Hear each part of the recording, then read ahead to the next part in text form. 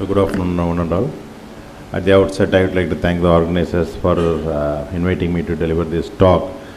And it's an important practical topic. So, palpitation. So it is one of the commonest problem every practitioner come across in their day-to-day practice. Whether you are a general practitioner, a physician, or a cardiologist, or be an electrophysiologist, every practitioner, irrespective of their specialty, even on any other specialties also, the patient come to you with some sort of feeling of their palpitation, that is, one's aware of their own heartbeat. Normally we don't feel our heartbeat, so it does its work and we do our work.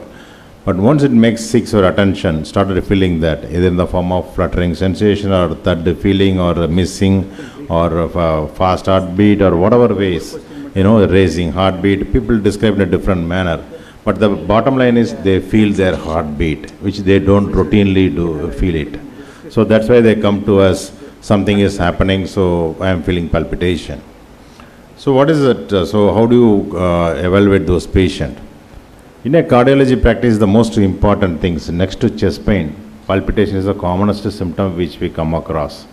In a general practitioner, around 16% of the patient come to you with some sort of palpitation symptoms. If you are a medicine, maybe around 20-25%. If you are a cardiologist, maybe 30%. We as electrophysiologists, almost 70 to 80% of the patient come to us with this palpitation problem. So, whether all palpitations are serious or everything can be neglected, if you see that 40% of the cases are related to cardiac, remaining 60% is non-cardiac, especially in a general practitioner, general physician. Mostly some psychiatric or any drug-induced or some sort of unknown reason, they feel their heartbeat. Okay. So the purpose of this talk is, how do you counsel your patient, how do you evaluate, and which are the patients undergo stricter investigations to rule out a serious problem, which are the patient needs reassurance and send back home. That is the purpose of the talk. One should not miss the serious problem and the patient come to you and getting into a problem. So history is the most important thing. Without just brushing aside, it's a palpitation. So just go through some of the things, listen to them, what exactly they feel. Are they feeling the skipping beats or thumping sensation, which could be the misbeats, which is the commonest problem, especially ventricular misbeats, PVCs or something we call. They feel suddenly heart is skipping and beating. They feel that, So they may have only 1 or 2 skipping beat per day, but that causes serious symptoms, so they come to very serious symptoms, they come to you. Sometimes sudden onset, sudden offset, which is a classical of SVT. Suddenly they feel fluttering sensation, it stops suddenly. So the history is very classical. They are very clear. Any other time I don't feel anything, doctors. All of a sudden my heart is rising, then it stops within a few seconds or few minutes, it stops, comes back to normal. That few minutes I am not able to do any work. I have to go and sit and take rest, I have to lie down, I have to drink water, I have to go to the washroom. Something is not making me comfortable in that particular 5 minutes or 10 minutes. That is a classical history. So the patient is definitely giving an important clue to that they are suffering some rhythm problem. Some patients tells you palpitation when they are getting up from the sitting position. After sitting up 10-15 minutes, when they get up, they feel some palpitation. That could be a postural blood pressure related, or can be what you call POTS, orthostatic tachycardia syndrome. Especially we saw a lot of patients after dysautonomias and post-COVID. So many patients we come across this sort of problems. So this very advantage. Some patients come to the videograph also. The neck vein is palpitating, so a neck engorgement, carotid pulsation they record, so they see that when the heart rate goes up, my neck pulsation I could able to see. Or even the pediatric patients, the mother records a video or the bystander records a video and show it to you. This is what happens. So they are giving the diagnosis to you. So when they are suffering this sort of thing, some SVT is going on. Sometimes, the onset gives history, very important. Is a sudden in onset, is a gradual in onset. As I mentioned, sudden onset, sudden offset, definitely there is arrhythmias. In that particular few minutes or few hours, patient is very discomfortable and not able to do any work. That's a warning sign. Sometimes gradual onset, gradual offset, which could be of sinus tachycardia also, or sometimes atrial fibrillation. Those are the arrhythmias, so we may not, gradual onset. Some of the tachycardias like atrial tachycardias, waxing and waning, it's a warm-up. Gradually gets accelerated, then gradually decelerates. So this giving few questions to the patient then the important about the palpitation. Apart from the regular history, hypertensive, diabetic, or they suffering any heart attack, or they are suffering any other problem, any other medical history, all those things are very important. Apart from that, elaborating on this, what they exactly feel during palpitation, it's very important for us to analyze further. The bottom line, what we discussed is risk stratification. So we should not brush aside every patient palpitation is psychiatric or negligible or due to stress they are getting from failing palpitation. So what we need to understand is, are they feeling associated palpitation, any giddiness or loss of consciousness is there? That becomes very, very important. They are suffering some hemodynamic problem and they are feeling palpitation. We feel that the patient tells suddenly palpitation, doctor, at that time I feel some giddy, I have to sit down. I am not able to continue my kitchen work. That gives important history. That is very, not only causing palpitation, rhythm problem, it causes some hypotension also, BP drop also. That's why they are unable to stand, they have to lie down. And sometimes, near loss of consciousness, that gives maybe AV block or something, or rapid arrhythmias, ventricular arrhythmias is possible. There is associated with chest discomfort. That's the other important thing. Associated with chest discomfort, dyspnea or chest discomfort could be a symptom of ischemia. And the most important thing is family history of sudden cardiac arrest. When they said this set of symptoms, one of my elder brother suddenly died at the age of 45, 50 years. That could be a very serious problem. Are you dealing any genetic problem which can give rise to rapid sudden cardiac arrest or something? This man is getting pre-monitoring symptoms of palpitation, something which could be of short runs of ventricular arrhythmias. We don't know. So we have to evaluate, we cannot delay this. So the eliciting these histories are very, very important before sending them home. What they want is simple investigative tool. ECG is a very, very important, simple, safe and non-expensive investigations. Unfortunately, we see that some of the great diagnosis missed by not taking ECGs. Patient come to you with the large files of MRI and CTs and so many scans, but they have to literally find out where is the ECG. They don't even remember. I don't think nobody asked me to take ECG, doctor. So that is simple investigation gives a lot of value to your diagnosis. Especially if you have a WBW pattern or a long QT pattern or pathological QAs due to old MI, left ventricular hypertrophies or any Brugada pattern. So we'll show some of the examples I'll show you. Lot of diagnosis, you should not expect the patient coming to you with a documented tachycardia to you. The patient is killing palpitation, which is a tachycardia, could be. When the resting ECG shows abnormal, you should take it for granted that some serious problem is happening. You cannot expect the patient to come with the serious documented ECGs to the emergency. When coming to your OPD with some palpitation, resting ECG shows some problem, you should think that these are the possibilities that palpitation could be due to ventricular tachycardia, could be due to a serious supraventricular arrhythmias, or could be the SVT, or it could be a PVCs. So I need to evaluate further. So that's what the important thing. Simple blood test, rule out anemia, hemoglobin, just ask for one hemoglobin. And ask for one thyroid, hyperthyroidism. Patient come to the hyperthyroidism palpitation, there will be sinus tachycardia or paroxysmal fibrillations. And electrolytes, any of these electrolyte, potassium, magnesium problem can cause PVCs and some problems. So ask for simple blood test and then simple ECG. I'll show an example. I dealt with this case almost 15 years back. This patient was a 10-year-old girl taken by his mother to the pediatrician for the history of palpitation. This girl is telling on and off telling palpitation, doctor. Just pediatrician, just brush her eye, what is this, so no, don't worry, now ask her to eat well, drink well, just reassurance and send the patient back. And then few days later, ambulance was called because kid collapsed at home and she was resuscitated with a DC cardioversion. And this was the DC cardioversion at home, it was done and then brought to the emergency and ECG was taken. What do you see this? The WBW syndrome. You can see the short PR slurring in the upstroke. It's a WBW pattern. That's the importance of getting an ECG done. Even the patient come to your clinic without anything, also just symptoms of palpitation. If that pediatrician taken ECG and documented this, unless proven otherwise, you are taking for granted that some extra connection is there, 1 in 1,000 people. Disaster, some re-entry tachycardia is going to happen. In this re-entry tachycardia going to SVT can degenerate to atrial fibrillation, ventricular fibrillation, then lead to sudden cardiac arrest. If you had taken simple ECG, this diagnosis could have been picked, and luckily that that was abroad patient. There the ambulances at immediately the minutes the ambulance can reach, so they could save the patient. So so it's very important to take one ECG and underlying to find out the problem before brushing aside. This all nothing happens because just that 10-year-old girl, what the big disease is going to have. So that should not be the orders. Irrespective of the age, at any age, even the neonates, mother tells, suddenly the SVTs, what the neonates and infants are diagnosed by the mother. Mother comes and tells, while feeding the breastfeeding time, I am feeling heart rate is going up. So we pick up like that. So we never neglect the history and just document anything in its problem by simple ECG. Some of the times, that's what I repeatedly tell, you cannot expect the patient to come to you with the documented tachyarrhythmia ECGs. But if you are suspecting that, ask them to do a daily problem. It is a 24 hours monitor is available everywhere. You can ask them. If it is once in 2 days, once in 3 days the problem, ask for a 7 days monitor, 14 days monitors are available. These are all nowadays simple patches are available. They can continue to do their work. They can go to the job, do the work, but continuously 24/7 ECG is documented. Then 1 in 3 days, 4 days, then they get the problem. You analyze it and see what sort of problem they are having it.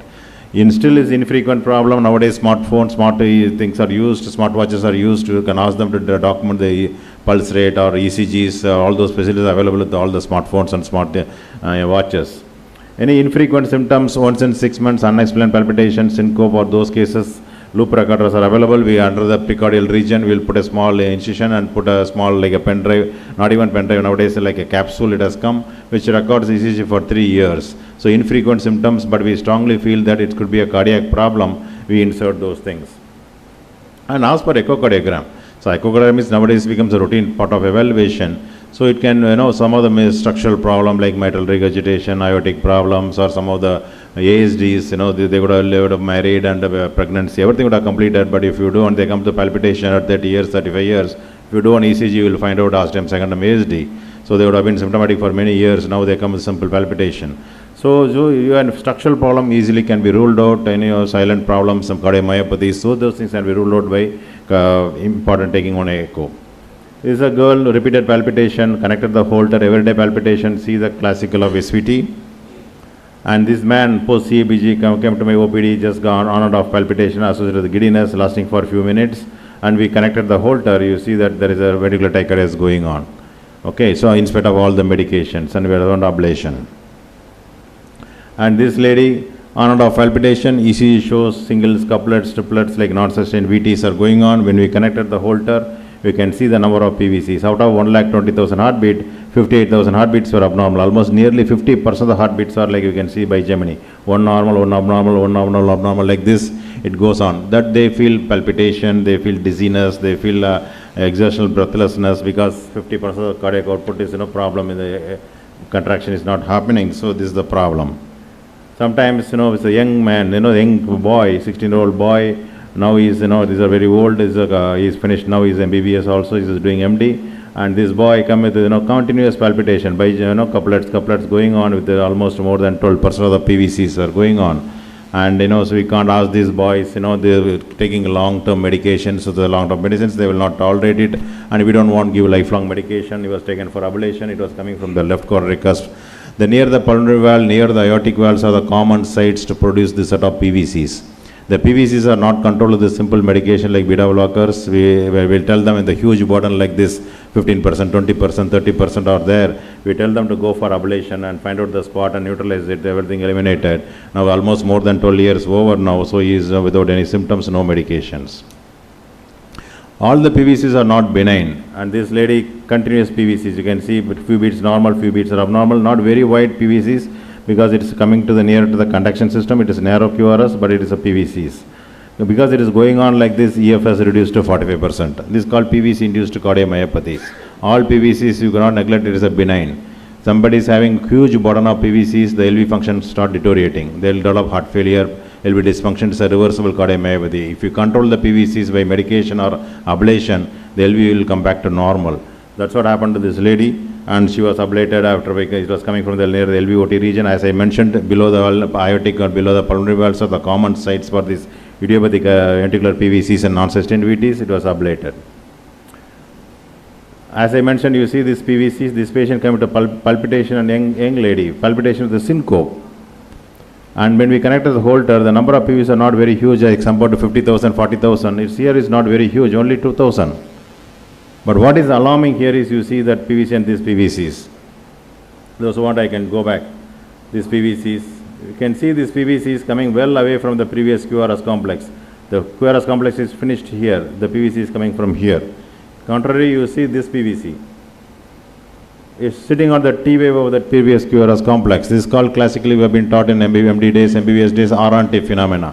The PVC falls on that previous QRS complex, it will create VF.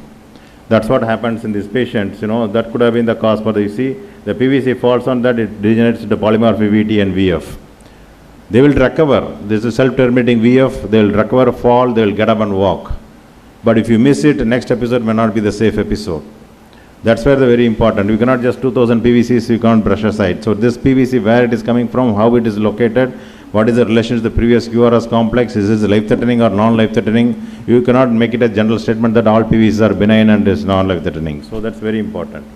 And this is again another example, you can see that is creating VF, this is a recurrent syncope. This patient, when we connected, this is what we found, we implanted the ICD. Whenever the VF comes, ICD will deliver the shock. Of course, we give medication to prevent it. If the medicine is not working, we will ablate also, we will do it.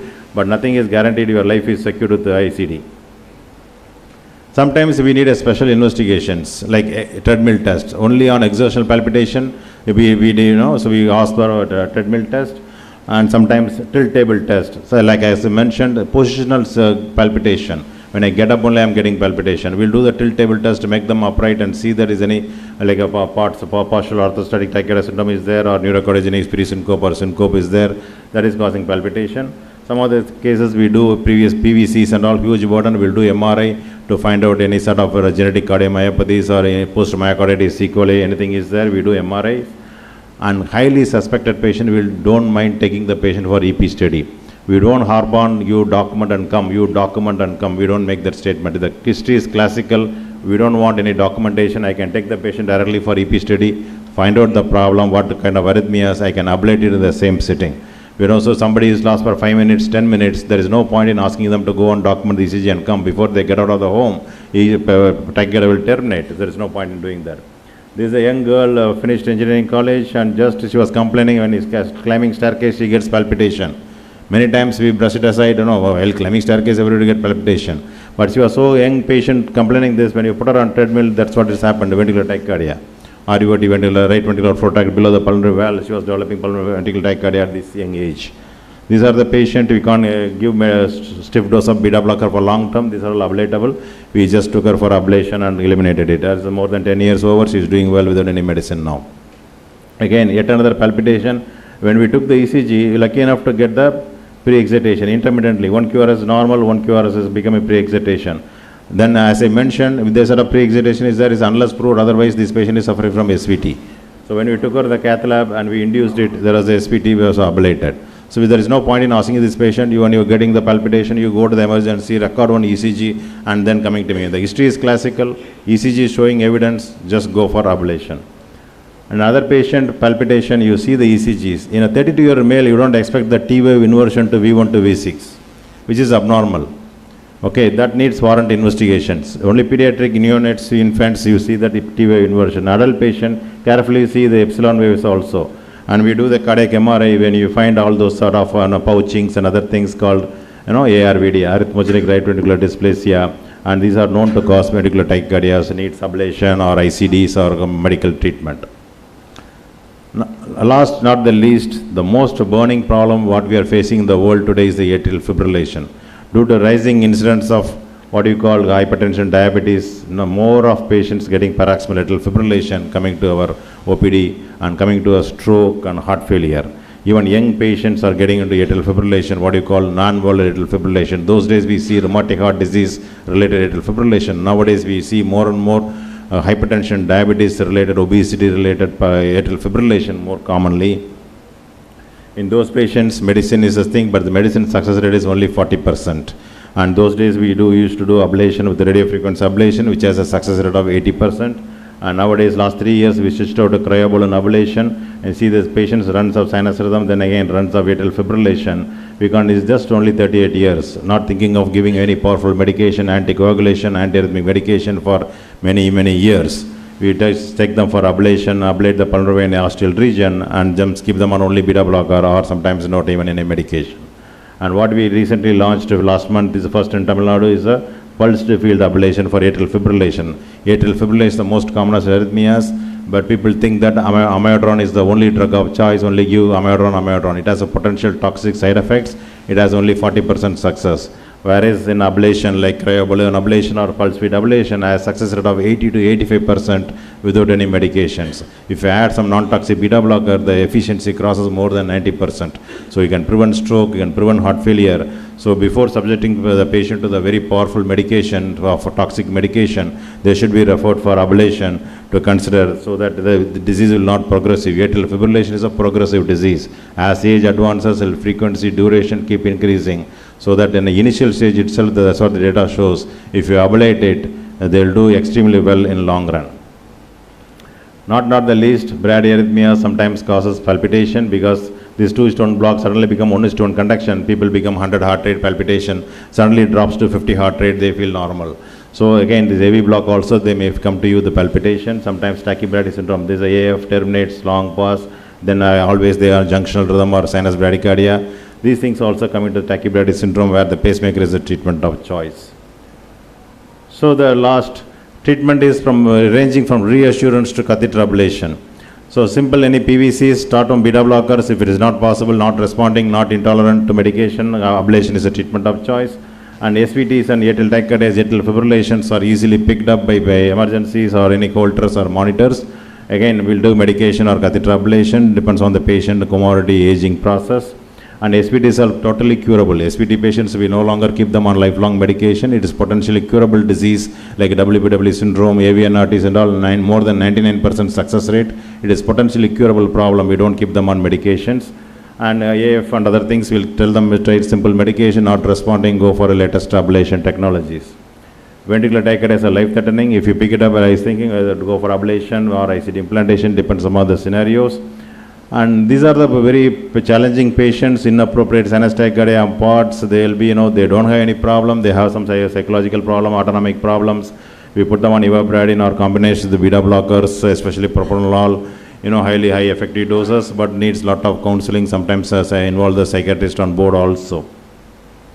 Reassurance, when you are completely evaluated by all those things, nothing is there, and tell them to lifestyle modification, timely food, the previous speaker enlightened us, timely food, timely sleep, avoid too much excessive alcohol, holiday heart syndrome, smoking, caffeines, all those things. We have to go through the history, what makes them feel the stress, or spend some time, understand what makes them, everything is normal, but what they exactly feel. They themselves come out and tell that when the palpitation is there, my heart rate is only 80. Why the 80 heart rate, why the person is feeling palpitation? So that means something is going on. Maybe so we need to understand that and help him to come out of the problem.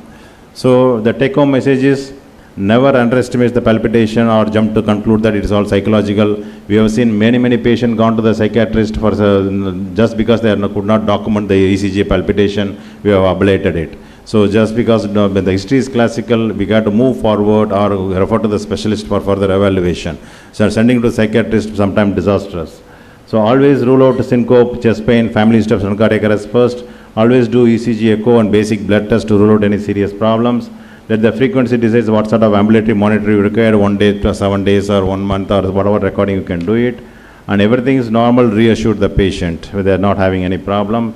And sometimes symptomatic medications, some beta blocker sometimes helps to overcome the problem, psychiatric counseling if warranted. And electrophysiology study, catheter ablation, ICDs in selected cases. So based on the situation, life-threatening problem, we will put the ICDs. Some of the problems will be ablation. Some of the time, diagnostic study can be performed, electrophysiology studies. All those things in a case-to-case basis, we'll do that. So we'll try, almost as possible, we'll try to avoid any long-term medications, and unless the patient has a multiple comorbid problem. Thank you very much. Thank you very much, sir, for a brilliant presentation. Very clear insight on palpitation. Though it is a very common, very confusing, very difficult situation for a physician to manage. Started with the history. Skipping beat or thumping beat is a benign. So it is not usually. And sudden turn off, a sudden off, sudden on, sudden off of palpitation suggests to SCT. So you can clinically suspect, and palpitation standing from sitting posture, probably postural hypertension causing palpitation, and frog sign, that is neck thumping sign, that is SVT, that is AVNRT. So very clinically you can make a diagnosis even with the history itself. And the simple test you can do is that ECG. That ECG will tell you the benign or malignant. And if you want to have a doubt, if you have a doubt, you can do 24 hours Holter monitoring. If it exceeds more than 7 days, you can go for continuous patch monitoring. And if it's less than 1 month, you can smartphone based ECG and of course more than 1 month you can go for implantable the divisor. So all these things are very nicely enlightened, but it's a very eye opener for all of us. And the special situations you can do TMT, heart voltering, cardiac MRI and echocardiography also useful for identifying the structural image which is causing palpitation. And even benign, all benign palpitations are not benign, it's sometimes malignant, it may cause ventricular dysfunction, and everything is very nicely alluded. Wonderful information. Thank you very much, sir, for your great presentation. Thank you very much. Next.